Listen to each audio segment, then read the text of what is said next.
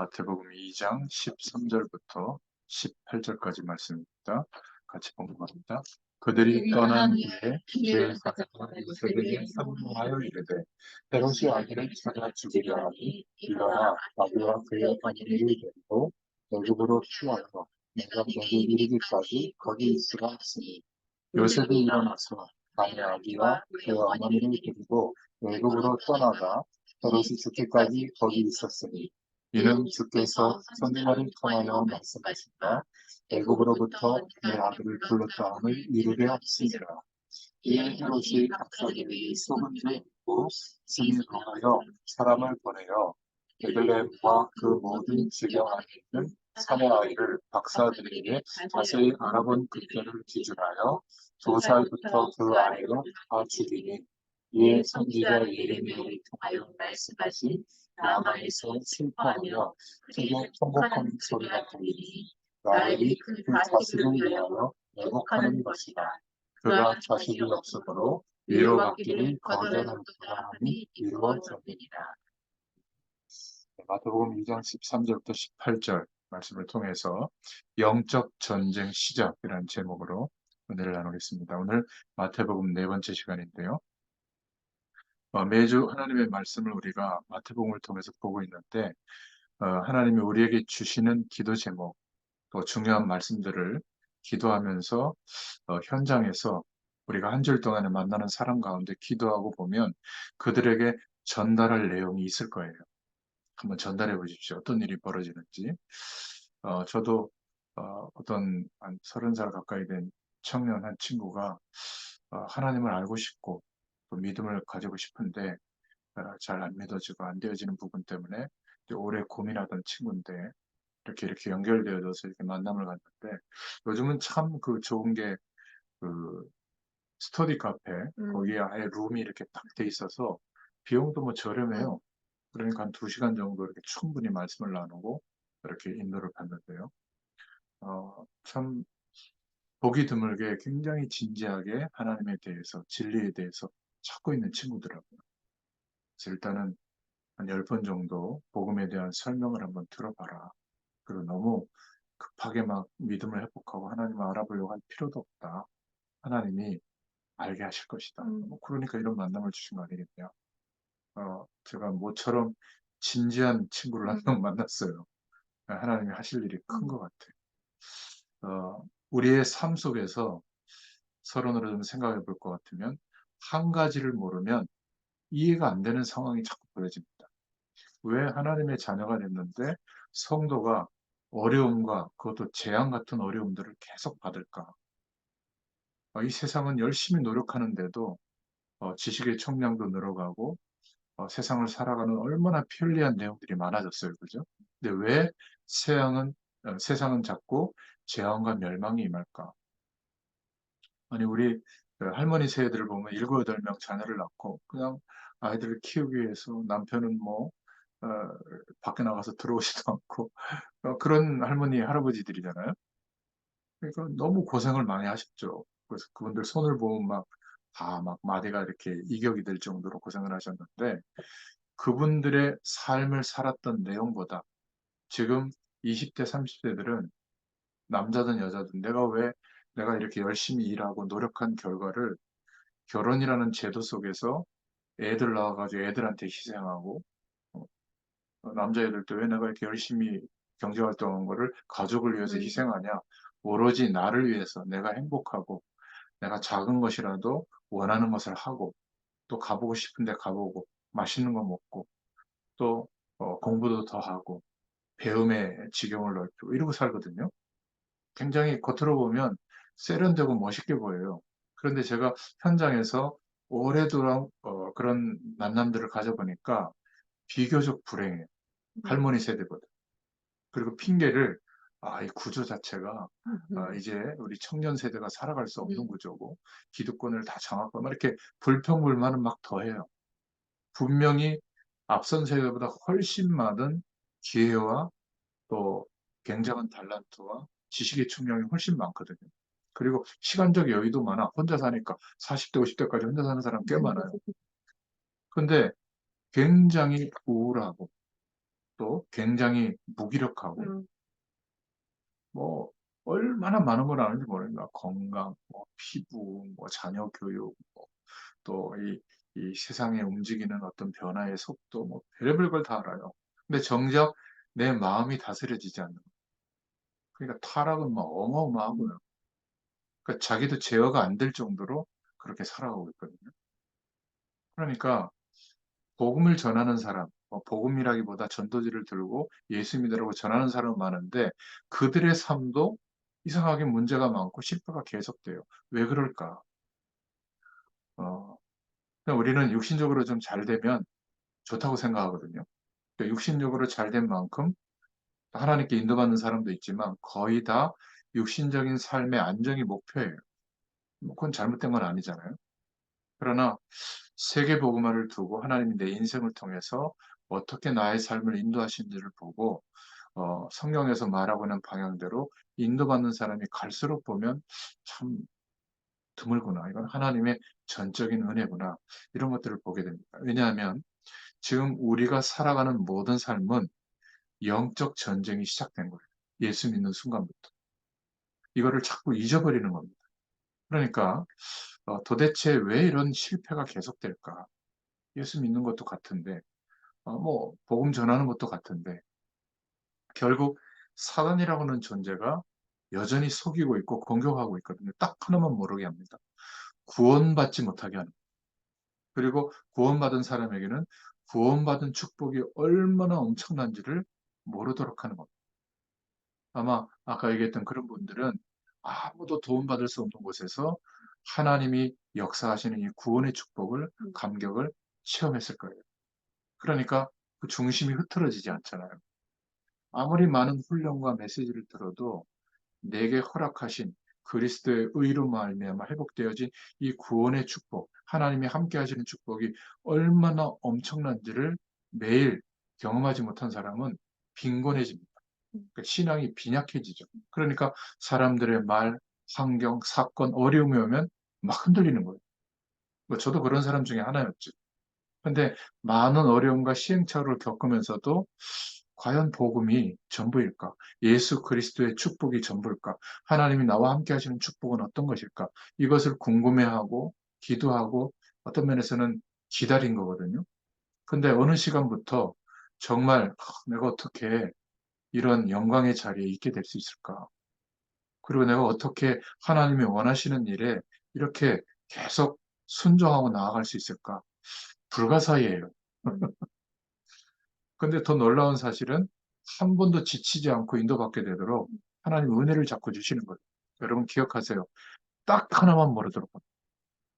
이게 사단의 세력이 하는 일이 여러분 집집마다 이렇게 파수대 들고 지금도 아마 이렇게 돌아다니는 분들이 많을 텐데 아마 깜짝 놀랄 겁니다. 만약 그들이 자신의 신분이 여호와 증인이라고 말 안 하면 아마 많은 사람들이 마음 문을 열 거예요. 수, 수많은 사람들이 모여서 세계 대회를 하면 여호와 증인도 세계 대회를 하거든요. 종이 한 장 안 남는데. 그러니까 삶과 생활이 거의 완벽에 가깝도록 하나님 모르는 사람들이 볼 때 존경할 만한 삶을 사는 거예요. 어, 행위의 종교거든요. 쉽게 말하면. 전도를 왜 그렇게 열심히 하냐면 그것을 몇 시간 이상 해야 돼요. 그런 어떤 규칙이 있어. 그래서 그거를 가지고 뭐 공원이나 자기가 맡은 할당된 지역에서 전도 행위를 한 걸 가지고 우리는 말하는 금요 철야죠. 거기에 모여서 내가 한 주일 동안 실천했던 거, 전도를 두고 그때 일어났던 일, 어려움 또는 뭐 응답 이런 거를 막 간증하고 그걸 두고 막 기도를 해요. 저희 아버지 동생분이 그쪽에 좀 이렇게 간부급이거든요. 그래서 제가 어릴 때 그 모임에 한번 따라간 거예요. 그 데리고 가시더라고요. 그래서 저는 뭔가 했는데 분위기가 달라요. 얼마나 왜 이렇게 인위적인 그 분위기가 아니라 그 전도 고백들을 다 하고 막 다 그것 때문에 막 기뻐하고 그러니까 어떻게 보면 여호와 증인이라고 하는 단체를 모르면 거의 마음문을 열 가능성이 많아요. 굉장히 성실하게 삽니다. 그런데 이 단체가 딱 하나만 막아요. 예수 그리스도는 하나님의 아들이 아니라는 거. 예수 그리스도는 그냥 사람이라는 거. 예수 그리스도의 신성을 부인하는 거거든요. 그러니까 주는 그리스도시요 살아계신 하나님의 아들이십니다. 영은 하나님이신데 아들의 격으로 오셔서 재창조의 능력으로 우리를 구원하신 그리스도라는 고백이 여기에는 없어요. 그럼 어떻게 될까요? 그렇게 훌륭한데 구원 못 받는다. 그러니까 이게 좀 제가 설명을 많이 할 수 있는 시간이 없기 때문에 항상 극단적으로 설명하는데 구원 못 받아요. 제가 예전에 이런 게 구분이 안 됐어요. 막 잘 되고 성공하고 막 너무 경건하게 살고 기도 많이 하고 막 헌신하고 이러면 괜찮은 줄 알았거든요.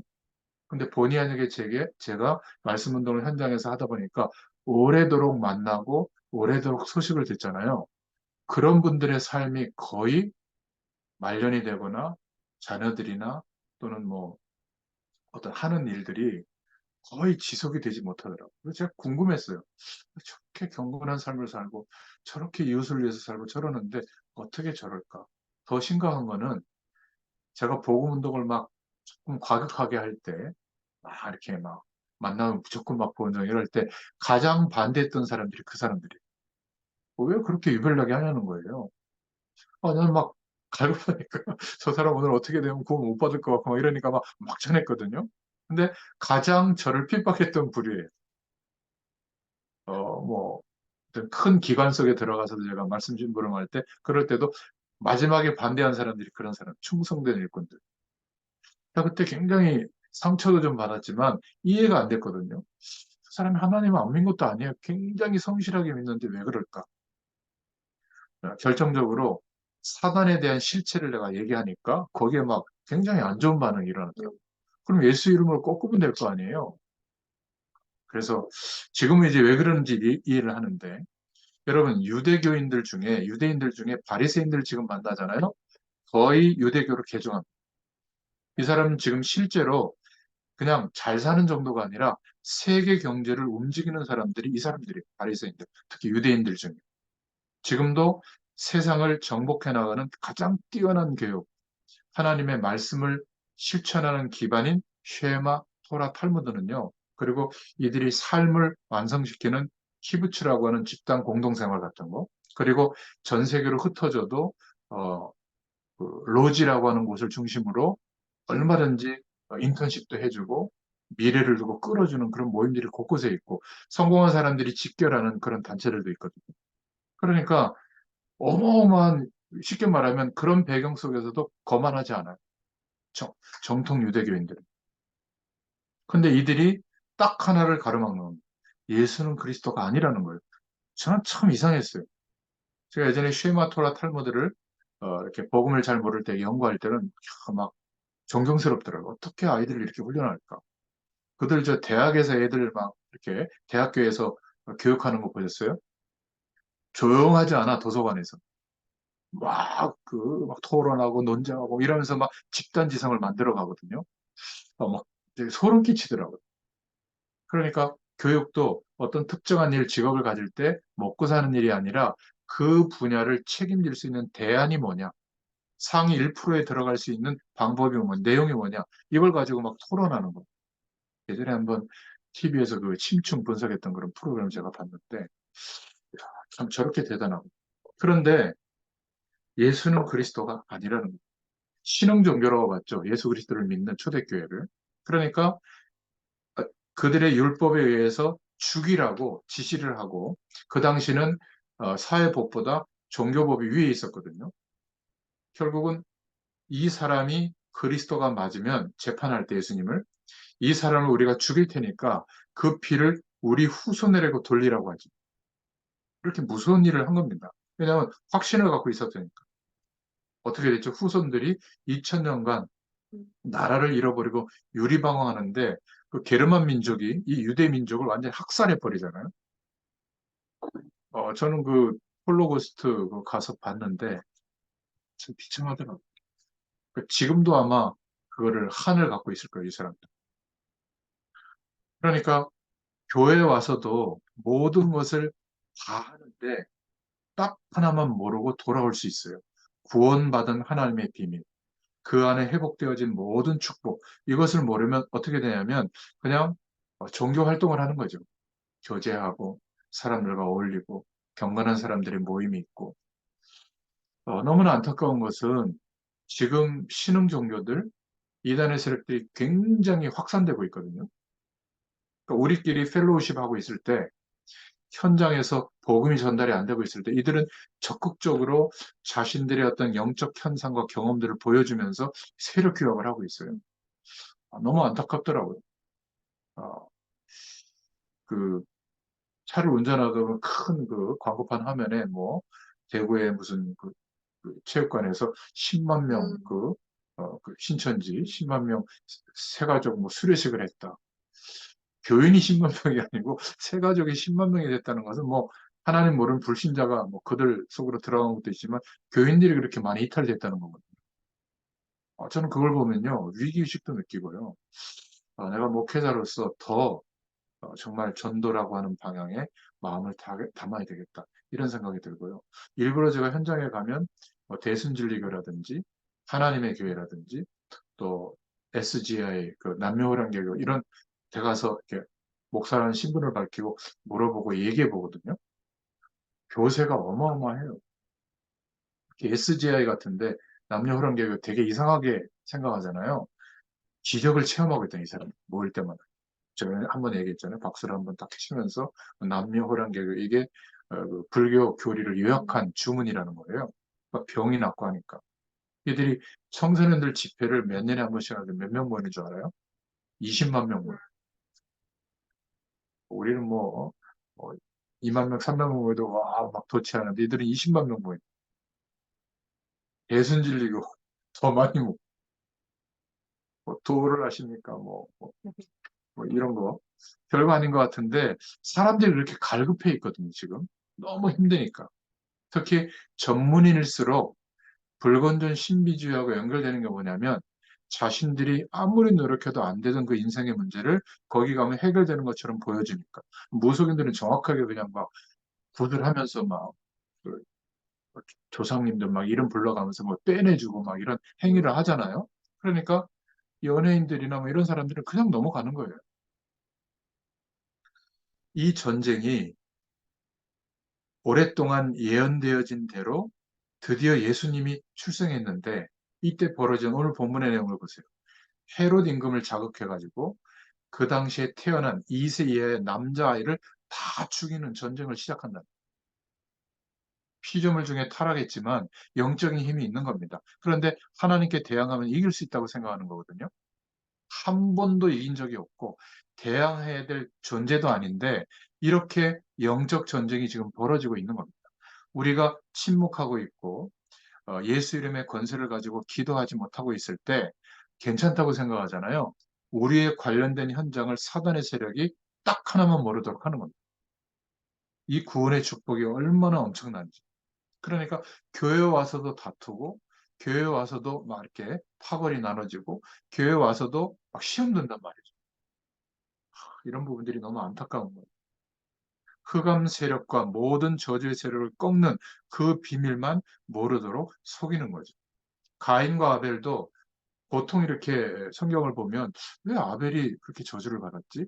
정성스럽게 예배하고 핵곡식을 빻아서 드렸는데 우리를 말하면 막 깨끗한 옷을 입고 헌금 준비해서 앞자리에 앉아서 예배를 잘 드렸는데 왜 하나님 그 예배를 안 드리지? 이렇게 생각하는 것과 똑같아요. 11조 생활하고 새벽 기도하고 모든 교회 프로그램에 참여하는데 왜 하나님은 나의 인생을 이렇게 하지? 이런 질문이 많아요. 제가 현장에 만났을 때 왜 자녀에게 이런 문제가 오지? 그런데 아벨은 그냥 양의 피 뿌리는 예배 드리고 축복받았어요. 형한테 죽임당했어요. 우리가 볼 때는 이해가 안 되는 거죠. 그래도 뭔가 사람들이 존경할 만한 결과가 와야 되는데 지금 2024년 지금도 복음을 이야기할 때 아벨의 예를 들잖아요. 이게 하나님이 올 때는 더 큰 축복인 거죠. 우리의 복과는 약간 좀 기준치가 다른 것 같아요.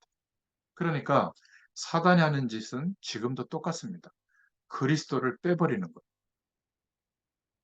유대교들은 그리스도를 부정합니다.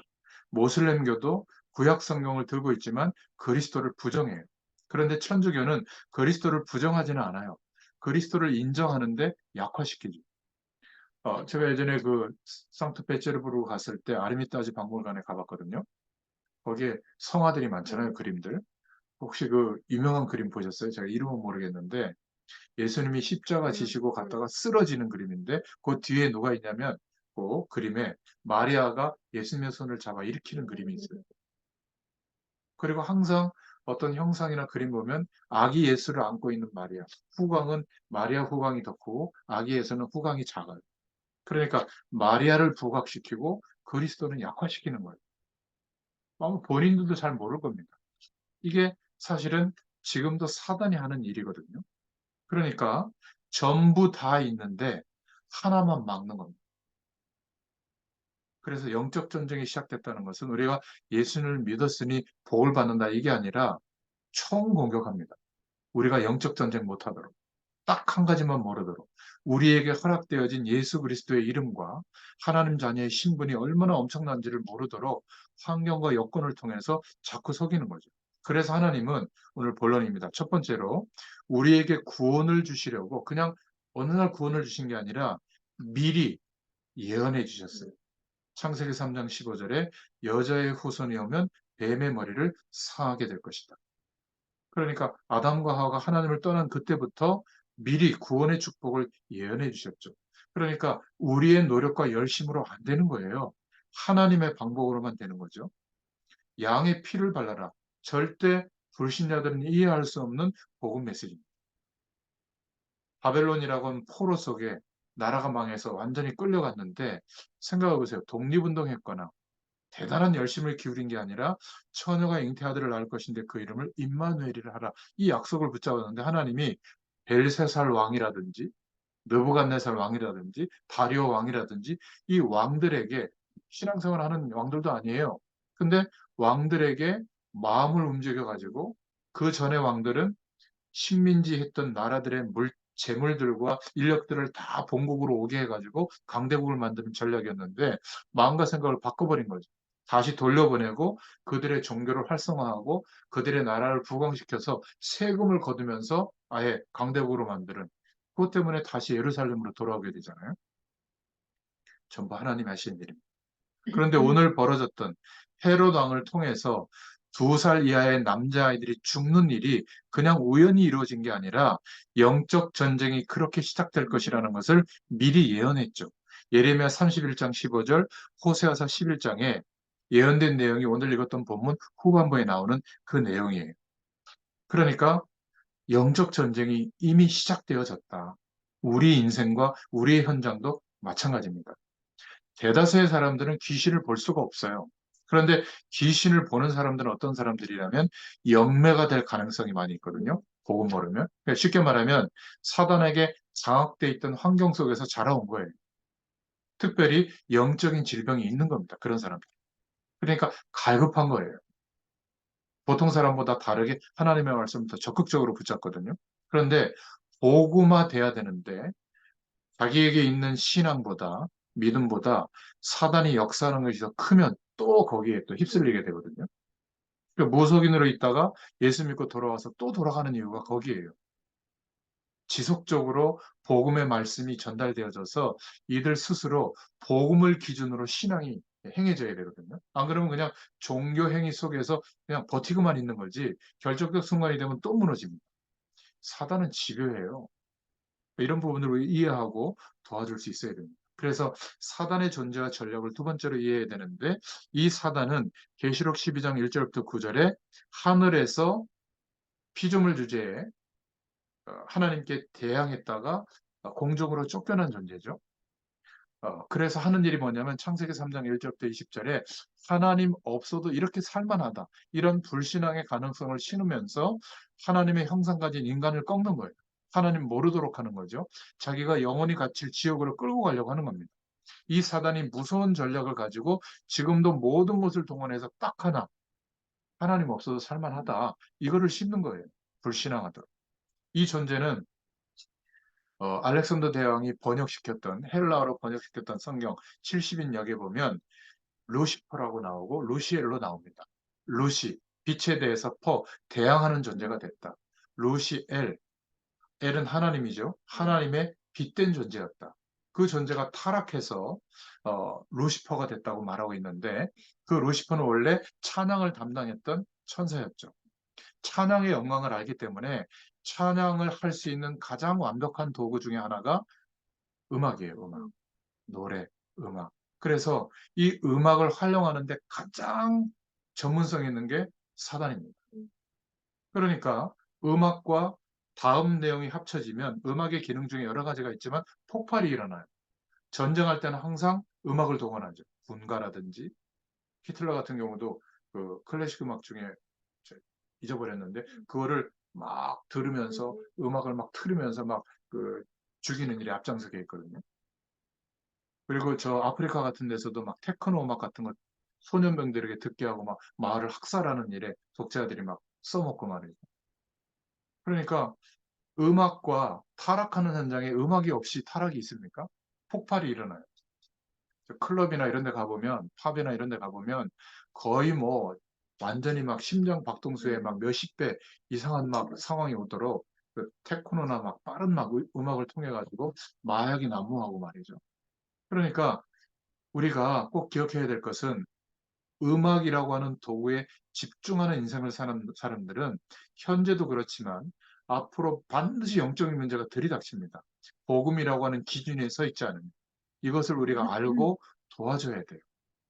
근데 그리스도를 알게 됐다는 것은 음악에 기능 있는 사람들은 너무나 축복인 겁니다. 하나님의 특별한 계획이 있어요. 아직 이 말씀을 듣는 분들 중에 후대들이 자라난 아이들이 아직 어리다면 집에서 찬양의 배경 속에서 자라도록 도와줘야 됩니다. 조금만 생각해 보면 그런 기회들이 많이 있죠. 그 자체가 찬양의 비밀을 경험한다는 것은 굉장한 거예요. 이 사단은 어떤 전략을 가지고 사람들을 속이냐면 결국은 불신앙하게 합니다. 하나님 없어도 살만한 가능성이 이렇게 많다라고 여기도록 느끼게 하는 거죠. 그리고 신실하고 종교성 있는 사람들은 종교에 심취하도록 그 틀에 갇히도록 합니다. 결국 우상을 섬기게 하는 겁니다. 형상을 만들어 놓고 섬겼지만 문화권이 낮은 데서는 지금은 삶의 시스템이나 조건이나 지식이나 어떤 성공의 가능성이나 또는 사람들로부터 인정받을 수 있는 어떤 매력적인 조건들 이런 것들을 우상 삼게 만드는 겁니다. 그러니까 사람들의 심리를 이용해서 영적 현상을 보여주면서 무속인들이 미래를 가르쳐주는 것처럼 파고 들어가지고는 완전히 다른 귀신의 세력에 사로잡히도록 멸망 가운데로 끌고 가고 있는 거거든요. 이런 사단의 전략을 알아야 됩니다. 목적은 뭐죠? 죽이는 거예요. 살리는 게 아닙니다. 마태복음 2장 16절에 이에 헤롯이 박사들에게 속은 줄을 알고 전 시간에 이 박사들에게 나도 가서 경배할 거니까 어디에서 태어났는지 그 장소를 알려줘라 나한테 와서. 그런데 하나님이 그 동방 박사들에게 알려줬죠. 그 길로 가지 마라. 그래서 헤롯 만나는 길로 가지 않고 돌아서 갔단 말이죠. 속은 줄을 알고 심히 노하여 사람을 보내어 베들레헴과 그 모든 지경에 있는 사내 아이를 박사들에게 자세히 알아본 그때를 표준해서 2살부터 그 아래로 다 죽이는 겁니다. 이 역사적 사건이에요. 그 영적 전쟁은요, 단순히 좀 힘들게 한다 이게 아니라 어마어마한 재앙을 동반하는 겁니다. 아, 우리는 예수 믿으니까 안전하겠지. 이 재앙이 지금 파고든다니까요. 그러니까 예전에는 무슨 뭐 주식이다, 뭐 코인이다, 뭐 이런 것 때문에 어려움 당한 사람 없었어요. 이제 핸드폰으로 다 하거든요. 그러니까 조금만 마음 먹으면 완전히 경제를 잃어버리는 정도가 아니라 어마어마한 또 돈도 빌려줘. 뭐야 그 증권 거기서 그 신용이라고 해요. 그러니까 막 이렇게 사람들의 말을 듣고 막 갑자기 막 빚을 그냥 막 빌려준다니까. 근데 그 뒤에 벌어지는 일은 심각합니다.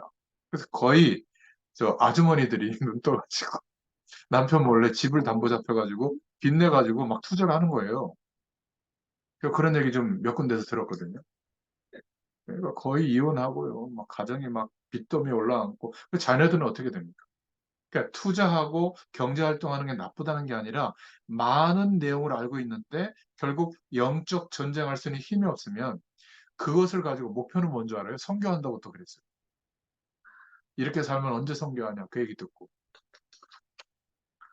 너무 안타깝더라고요. 그러니까 하나님이 돈 없는 분인 줄 알아. 내가 열심히 벌어가지고 이윤을 남겨서 그걸 가지고 성경검하고 막 전도자들을 도우면 선교가 되는 줄 알아요. 그거는 사업이죠, 사업. 선교 사업. 뭐를 그렇게 해도 됩니다. 나쁘다는 것은 아니지만 하나님이 구원 주실 자를 변화시키고 인도하시는 것은 하나님이 하세요. 하나님이 하시는 방법이 믿어져야 우리가 작은 헌신이라도 그게 축복의 문이 열리는 것이지. 그렇지 않으면 가인과 아벨의 예배처럼 될 수도 있습니다. 기억하셔야 돼요. 사단은 이렇게 지금도 속이고 있다. 그러면 하나님이 집니까? 하나님의 언약이 그리스도의 축복이 중단됩니까? 한 번도 그런 적이 없어요. 하나님은 그럴 때마다 우리의 힘으로 안 되는 왕권을 동원해 가지고 남자아이들을 2살 이하의 남자아이들을 다 죽이는 일이 벌어지면 져야 되잖아요. 현장에서 질 수가 없다니까요. 그게 2장 13절에 나와요. 하나님의 그때는 특별한 간섭이 일어나죠. 2장 13절에 동방박사 저희가 떠난 후에 주의 사자가 현몽하여 가로되 헤롯이 아기를 찾아 죽이려고 하니 일어나 아기와 그의 모친을 데리고 애굽으로 피하여 내가 내게 이르기까지 거기 있으라 하시니 하나님이 마리아의 남편 요셉에게 꿈을 꾸게 해가지고 애굽으로 피난 가게 만든 겁니다. 하나님의 특별 간섭이라고 볼 수가 있죠. 어떤 사람은 봐라 성경에도 그렇게 나왔는데 내가 이런 꿈을 꿨는데 말이지 그런 일이 벌어졌다. 그래서 꿈을 굉장히 예지몽이라고 생각하고 중요하게 생각해야 된다. 이때는 66권의 성경이 없었어요.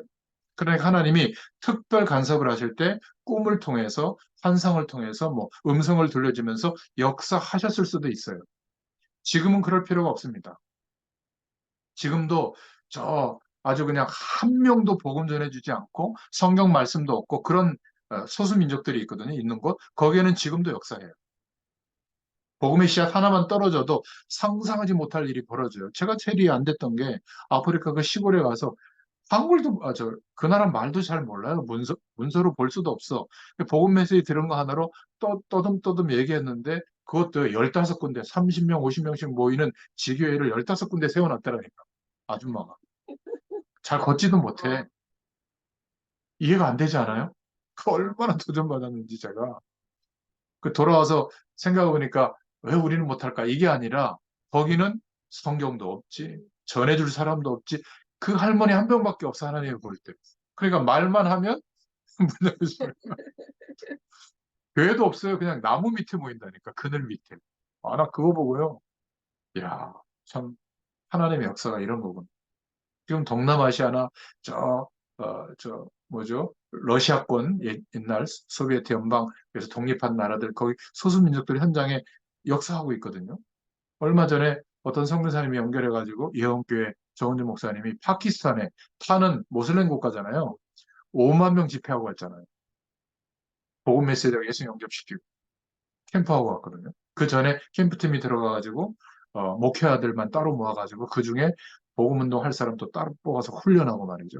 집회 때 영접하고 또 끝나고 나서 지속할 교회들을 세우고 지금도 아무리 현장이 막혀 있다고 생각하지만 하나님이 역사하시는 겁니다. 특별 간섭이 일어나요. 그런데 문제는 꿈을 복음의 말씀과 기준보다 더 위에 두면 어떻게 될까요? 엉터리로 해석될 때가 있거든요. 그러면 완전히 망하게 되는 결과가 옵니다. 하나님께서 특별하게 간섭하셔서 요셉에게 애굽으로 피하라. 이때는 특별 간섭이 이렇게 나타난 것이죠. 그래서 우리는 영적 전쟁이 이미 예수 믿는 그 순간부터 시작되었다는 것을 기억하시길 바랍니다. 그런데 막 우리의 열심과 노력으로 기울일 필요가 없는 것은 이미 예수 그리스도께서 흑암 세력을 다 꺾으시고 부활하시고 승천하셨기 때문에 우리에게 허락하신 예수 이름의 권세가 얼마나 어마어마한지를 믿고 기도하면 돼요. 그러니까 우리가 볼 때는 구원과 생명의 빛이 우리에게 비춰진 거지만 흑암 세력이 볼 때는 두려운 존재가 된 거죠, 우리가. 근데 거꾸로 우리가 좀 예수 믿는 티를 내고 복음을 전하고 이럴 때 환경과 조건이 사단이 발악하느라고 우리를 막 위협하고 사람들 때문에 분위기 때문에 좀 이렇게 위축되도록 만들거든요. 그때는 거꾸로 이해해야 되거든요. 내가 복음 전달하는 시간표가 맞구나. 이게 사단이 위축돼 갖고 나를 공격하는구나. 이러면 흑암 세력을 꺾으면서 인도받으면 된단 말이죠. 지금 전도하는 사람만 일어나면 한 번도 빠짐없이 이 사단의 세력은 발악합니다. 그러니까 보통 영적 전쟁이 아니에요. 예수님이 그리스도 되시기 위해서 오셨다는 소식이 모든 백성들에게 다 들렸는데 이 사단이 공격하는 거 보세요. 남자아이를 다 죽인다는 거예요. 그러니까 우연히 벌어지는 세계사는 없어요. 배후에 하나님의 특별 간섭이 있기 때문에 우리는 걱정하지 않지만 이게요, 복음이 왕성하게 일어나서 전달되는 그 시간표대로 또 사단도 역사하고 있거든요. 뻔히 지는 줄 몰라요. 하나님은 더 역사하는데 여기에 우리가 흔들릴 필요가 전혀 없습니다. 예수님이 탄생하셨다. 영적으로 어마어마한 사건이죠. 사단이 발악하는 겁니다. 그래서 우리의 남은 싸움은 혈과 육에 대한 싸움이 아니다. 에베소 6장에 우리의 싸움은 영적 싸움입니다. 하나만 잘하면 모든 것을 승리하게 될 줄로 믿습니다. 하나님께서 예수 그리스도를 승천하게 하시고 우리에게 예수 그리스도의 이름, 예수 이름을 주신 거예요. 그 이름의 권세를 믿는 믿음만 가지고도 어떤 저주의 세력도 꺾을 수가 있습니다. 그래서 그 연약했던 베드로가 이 축복을 회복하고 난 뒤에 사내들인 공의 법정 앞에서 4장 12절에 천하 인간의 구원을 얻을 만한 다른 이름을 우리에게 주신 적이 없다. 너희들이 십자가에 못 박은 그 예수가 바로 그리스도다. 그 선포되어진 배경 속에 남자 장정만 5천 명이 회개하고 돌아온 역사가 일어나잖아요. 빌립보서 3장 21절에는 그가 만물을 자기에게 복종케 하실 수 있는 자의 역사하심으로 우리에게 역사한다. 여러분, 이 이름으로 기도하면 영적 싸움에 승리하게 됩니다. 나사렛 예수 그리스도의 이름으로. 전도는 누군가에게 복음을 전하는 것도 전도지만 우리의 현장에서 영적 싸움하는 거예요. 저주의 세력이 꺾이게 될 줄로 믿습니다. 구원은 하나님의 비밀이지만 우리 편에서는 영적 전쟁이 시작된 거예요. 집안에 복음이 들어가고 저와 여러분이 예수 그리스도의 이름에 관한 놀라운 권세를 가지고 기도하기 시작하면 우리의 집안 가문은 완전히 승리하게 되도록 하나님이 역사해 주실 줄로 믿습니다. 지금 너무 평가하지 마세요. 시작에 불과해요. 아직 우리의 환경과 우리의 삶은 시작에 불과합니다. 제게 주신 하나님의 기도 제목은 하나님이 하실 걸 제가 100% 믿고 있거든요. 저는 아직 시작도 안 했어요. 훈련받고 있다고 저는 생각하거든요. 아직까지. 아이, 목사님, 아주 긍정적이시네요. 아니에요. 하나님이 하신다는 게 믿어지고 나서는 속도를 더 빠르게 낼 것도 없고, 더 뒤처질 것도 없고, 오늘 주신 현장에서 오늘 하나님의 이 말씀을, 사실화된 말씀을 심부름만 하면 돼요. 목회자가 할 일이 너무 쉬워요. 열심히 돈 벌어가지고 조직을 만들고, 막 사람을 규합하고, 필요하면 하나님이 하실 거라고 제가 믿고 있거든요. 제가 하도 이러고 사니까 가끔 저한테 자극을 주는 선교사님들이 있어요. 언제까지 그러고 있을 거예요, 저보고. 더 이상 제가 얘기를 안 합니다. 어, 선교사님 열심히 하시는데 현장에 불러달라고 제가 이런 얘기를 하지. 너무 감사한 것은 코로나 시국에 성경 66권을 복음으로 정돈하는 시간을 주셨죠. 모든 전 세계 평신도들, 목회자들 중에 신학적으로 정립이 안 된 분들을 도울 수 있도록 나도 몰랐어요. 왜 그렇게 했는지. 서유리 문답, 108문답을 정리를 했잖아요. 이게 조직신학 내용이었어요. 그러니까 무기를 저한테 준 거예요, 하나님.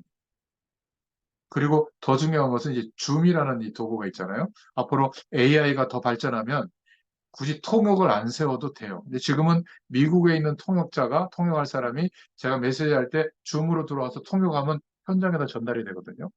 굳이 비행기 타고 가서 신학교 세울 필요도 없어요. 불과 제가 생각할 때는 2년 안에, 2, 3년 안에 제가 한국말로 이렇게 영상으로 얘기하잖아요. 그 나라 스왈리어로 제 언어와 감정과 그 나라의 토속적인 표현까지 AI가 번역해서 동시에 영상으로 방송하는 그런 시대가 금방 옵니다. 그래서 연습하고 있거든요. 챗 GPT 그걸 활용하는 연습들을 하고 있는데 이게 쉽게 말하면 지금 해야 될 공부예요. 하나님이 전도와 선교를 두고 고민하는 사람들에게는 길을 완벽하게 준비해 놨다는 것을 보시게 될 거예요. 비용은 좀 들어요. 한 달에 3만 원만 내면. 지금도 줌 활용하려면 그냥 해도 되지만 맞아요. 한 달에 한 그러네요. 3만 원 내면 되거든요. 아니, 이 기업을 내가 만들려고 생각했어요. 설계하려고. 근데 3만 원만 내면 되니까 얼마나 좋겠어요. 어떤 사람은 막 기업을 만들려고 하더라고. 그럴 필요 없어요. 하나님이 뛰어난 천재들을 준비해가지고 다 만들어주고 계시거든요. 얼마 지나지 않으면 그 테슬라 그 창업주 누구예요? 앨런 머스크. 앨런 머스크가 이제 지금도 하고 있지만 가격이 완전 저렴하게 돼가지고 저 산간 지역, 미 전도 정적 지역, 아프리카 저 구석구석까지 적에도 인공위성을 띄워가지고 우리가 지금 이 통신망에서 이용하는 것처럼 정보를 이용할 그 시대가 금방 오거든요. 그러면 전 세계가 이제는 여기서 만난 거랑 똑같은 시대가 와요. 저는 이거를 뭐 666이다, 뭐 핸드폰 하지 마라, 뭐 TV를 꺼라, 뭐 이거는요 바보 같은 소리예요. 아이들에게 더 많이 복음을 얘기해 주면서 더 많이 활용할 수 있도록 도와줘야 되거든요. 혼자서 전 세계를 향해서 영향을 줄 수 있는 도구가 다 지금 갖춰지고 있거든요. 예전에는 천문학적 비용을 지불해야 돼요. 생방송 하려면 막 기계 막 이렇게 다 준비해야 되고 지금은요 핸드폰 하나로 다 하는 거예요. 어디에서나. 그러니까 저 시카고에 있는 그 유영근 장로 새벽에 들어오거든요. 또 텍사스에 그 부부가 새벽에 들어오거든요. 지금 캄보디아로 또그 호텔리어 하시는 그 이창현 성도님이라고 집사님이라고 그분이 이동하시는데 거기서도 들어오거든요. 어떻게 이런 일이 가능하겠어요? 그래서 저는 본격화 시킬 때는 더 중요한 일들을 하나님이 하실 거라고 저는 보거든요. 그 시작이 8월 달에 그래서 뭐 계산하지 않고 비행기표를 일단 끊어놨어요. 아프리카의 어, 김열천 선교사님이 찾은 그 현지인 목회자들. 그것도 하나님이 법을 바꾸게 해가지고 어떤 일이 벌어지냐면 케냐에 이단이 기독교 이단이 성경 얘기하면서 목사님이 시골에서 뭔 얘기를 했냐면 영이 맑아야 된다. 그러려면 금식해야 된다. 굶어야 된다. 너무 굶겨가지고 사람들이 죽은 거예요. 그래서 당국에서 와가지고 국가에서 와서 수사를 해보니까 그 교회 근처에 파묻은 시체가 300구가 넘게 나왔어요. 지금 현장이 이렇다니까요. 그래가지고 하나님이 하시는 일 보세요. 국가에서 법을 제정해가지고 무자격 목회자들, 제대로 된 단체에서 신학교육을 안 한 목회자들을 다 자르고 그러니까 교회를 폐쇄하겠다. 이래가지고 이제 급해진 거예요. 현장마다. 그러니까 성경신학원이라도 빨리 대대로는 신학교보다 성경신학원이라도 빨리 열어가지고 도와야 된다는 당위성이 생긴 거예요. 왜 그랬을까요? 하나님께서 문을 여신 겁니다. 현지인들 중에 이 기회를 통해서 정말 전도자들을 일으킬 시간이 왔구나. 우리가 지금 교재화돼 있잖아요. 이거를 뭐 영어로나 이제 그 나라 말로 번역만 하면 이 중요한 현장에서 도와줄 수 있는 답들이 되거든요. 저는 그것도 모르고 막 대상포지 올 만큼 여러분 1시간 넘게 한다고 그러면 뭐라고 그랬는데 15시간 준비한다. 그거를 성경 한 권을 복음 중심으로 설명하는데 그냥 한 방향이면 좋은데 청년들 입장, 전문인 입장, 일반 성도들 입장 이렇게 네다섯 번 메시지를 준비하는데요. 막 한 고생하셨어요. 60, 66권이니까 66주 최소한. 근데 이게 하나님이 시킨 거예요. 알고 봤더니. 몰랐다니까. 8월 달 가서 경험해보고 왜 그랬는지 더 알게 되겠죠. 영적 전쟁이 시작되어졌다. 기억하시기 바랍니다. 그래서 하나님의 엄청난 응답 안에서 우리에게 물질 문제도 아니고 현재 당하고 있는 어려움도 진짜 문제가 아니고 영적 전쟁을 해야 될 너희가 뭐 하고 있느냐 그거예요. 예수 이름의 권세를 가지고 우리가 조금 중보기도 한다. 이게 작은 일이 아니에요. 말씀에서 교회 광고에서 교회 행사에서 이런 기도 응답들을 꼭 찾을 수 있기를 바랍니다. 제자를 남기고 하나님 앞에 가야 되지 않겠어요? 우리 지사님은 그래도 이렇게 뭘 제자 아니 이 만남이 어쨌든 그 처음부터 지금까지 되고 있잖아요. 하나님이 하시는 거예요. 저는 이게요. 나중에 제가 어떤 그 스토리텔링이나 이런 글들을 쓸 건데 여러분들이 등장할 겁니다. 지금은 아니지만. 그래서 결론입니다. 영적 전쟁에 승리하면 모든 것에 승리한다. 여러분, 우리가 하나님의 일을 해보면요. 측량하지 못할 방법으로 하나님의 계획을 이루세요. 생각해 보세요. 뜬금없이 동방박사가 등장해요. 예수 믿는 사람도 아니에요. 하나님을 바라보는 사람도 아니에요. 별을 연구하는 점성술사예요. 큰 별이 뜨니까 별을 따라 헤롯 왕의 집 위에까지 떴거든요. 거기까지 왔다가 헤롯 왕을 만나서 이야기를 해요. 그리고 온 백성에게 소문이 나거든요. 이런 역할을 한 겁니다. 그리고 예수님 앞에 와서 황금, 유향, 모략을 드린 거예요. 황금은 왕에게, 그리고 유향은 그 가장 향 피워서 제사할 때 고급 향이거든요. 그리고 모략은 시체에 바르는 고급 기름이에요. 그러니까 예수님이 그리스도이심을 이 하나님 말씀을 모르는 사람들이 예배하고 경배드리고 돌아간 거거든요. 그것도 헤롯 왕에게 가서 얘기 안 해주고 반대로 돌아갔단 말이에요. 그러니까 하나님의 계획이 이루어질 때 보면 우리가 생각할 때는 막 대단한 전도자를 통해서 이루어진다. 그것도 맞지만 동방박사, 예수님이 오신 것을 선포하게 만든 사건을 일으킨 헤롯 임금, 2살 이하의 남자아이를 죽였으니까 왜 이러냐고 소동이 일었을 거 아니에요. 왕이 오셨다는 소문을 듣고 저런다. 그러니까 예수 그리스도께서 오신 소문을 다 퍼뜨려 준 거예요. 거기다가 하나님의 은혜가 있는 땅도 아닌 애굽 땅으로 요셉, 마리아, 예수님이 피신해 있었던 거예요. 그 우리가 생각할 때는 전혀 의미 없는 내용들이죠. 동방박사, 헤롯 임금, 애굽 땅. 이게 그리스도가 오시는데 영적 전쟁이 시작되는데 가장 중요한 역할을 합쳐서 하게 된 겁니다. 그러니까 하나님과의 수직적인 관계, 하나님으로 만족한 인생이 되면 우리와 함께하는 사람들, 우리에게 일어나는 일들, 여러 가지 것들이 수평적 관계도 회복이 되어져서 전체가 하나님의 계획이 이루어지는 인도함이라는 것을 눈뜨게 됩니다. 그래서 교회 안에서 범죄한 사람이 있다고 할지라도 하나님의 계획이 그 사람 속에 있다고 볼 수 있어야 돼요. 실수했다고 할지라도 하나님의 계획이 있다고 볼 수 있어야 됩니다. 근데 우리는 조금만 잘못하면 사정없이 자르거나 내 마음에서 그냥 정리해버리거든요. 율법주의로 가고 있다는 반증입니다. 그러니까 기도 응답 받는데 이 부분이 너무 중요해요. 하나님의 큰 계획이 들어있기 때문에 대부분 그런 것들을 놓치게 됩니다. 율법주의의 특징입니다. 하나님의 큰 계획이 이루어지는데 내가 스스로 나서서 재단해 버릴 수도 있거든요. 새 박사하고 애굽하고 헤롯하고 합쳐져서 가장 중요한 그리스도의 일이 시작되어지고 영적 전쟁이 시작되어진 겁니다. 그래서 오늘 사도행전 4장 12절, 사도행전 16장 16절부터 18절에 영적 전쟁을 우리는 붙었다. 예수 그리스도께서 이 땅에 오신 것은 마귀의 일을 멸하려 하심이에요. 그 싸움이 붙은 겁니다. 예수 그리스도의 이름으로 기도할 때 모든 것에서 승리하게 될 줄로 믿습니다. 가만히 보세요. 그 문제를 붙잡고 있는 흑암 세력의 정체가 보여집니다. 남편을, 아내를 어렵게 만들고 있는 흑암 세력의 정체가 뭔지 보여야 꺾을 거 아니에요. 남편을 꺾더라고. 아내를 꺾고 말. 여러분 자녀를 문제에게 빠지게 하는 흑암 세력이 누군가? 이거를 보면 예수 이름의 권세를 가지고 기도하게 되어 있어요.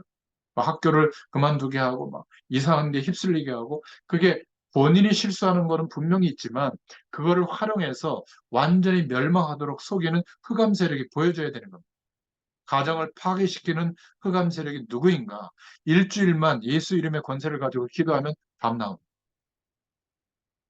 어차피 우리가 기도하잖아요. 하나님의 자녀는. 그때 예수 이름의 권세를 거기에다 넣어서 한번 기도해 보세요. 분명히 하나님이 하시는 일들을 보게 될 거예요. 정말 어려운 가정과 집안이 있다면 집중적으로 1년만 흑암 세력을 꺾는 기도 해보세요. 반드시 놀라운 일이 일어나게 될 겁니다. 영적 문제를 있게 한 그 존재를 못 꺾는다. 이게 말이 안 되는 거예요. 정시 기도 때 계속 꺾으면 역사하실 겁니다.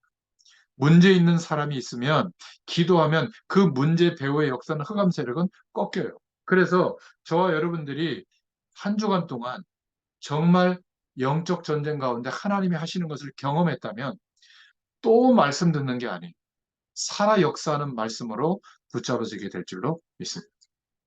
지금 영적인 문제가 일어나니까 억울하게도 유아들이 다 죽게 되는 거잖아요. 영적 문제 터지자마자 온 나라가 이 사단의 역사니까 소동이 일어났는데 하나님은 그 모든 문제를 넘어서서 완벽한 하나님의 계획을 이루시고 승리시키게 될 줄로 믿습니다. 오늘 하나님의 약속을 붙잡으세요. 나는 지금부터 영적 전쟁하겠다.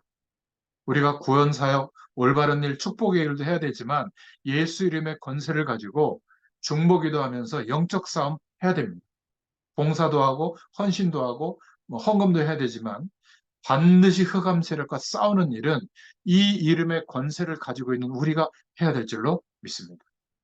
승리하게 되는 주의 은혜가 임하게 될 줄로 믿습니다. 기도하겠습니다. 하나님 감사합니다. 딱 한 가지를 모르도록 지금도 사단은 모든 방법과 환경과 내용과 문제와 사건들을 동원해서 우리에게 허락되어진 신분, 예수 이름의 권세를 가지고 영적 싸움해야 될 그 중요한 사명을 받은 것을 놓치고 잊어버리게 만드는 줄 오늘 말씀을 통해서 깨닫게 하심을 감사합니다. 이제 우리의 모든 환경 속에 우리가 만나는 사람들과 움직이는 현장마다 예수 이름의 권세가 나타나도록 약속을 믿고 기도하는 우리들에게 증인의 자리에 설 만큼 하나님의 역사하심이 일어나도록 은혜를 더하여 주옵소서. 함께 하실 줄 믿사옵고 예수님의 이름으로 기도드렸습니다. 아멘. 감사합니다.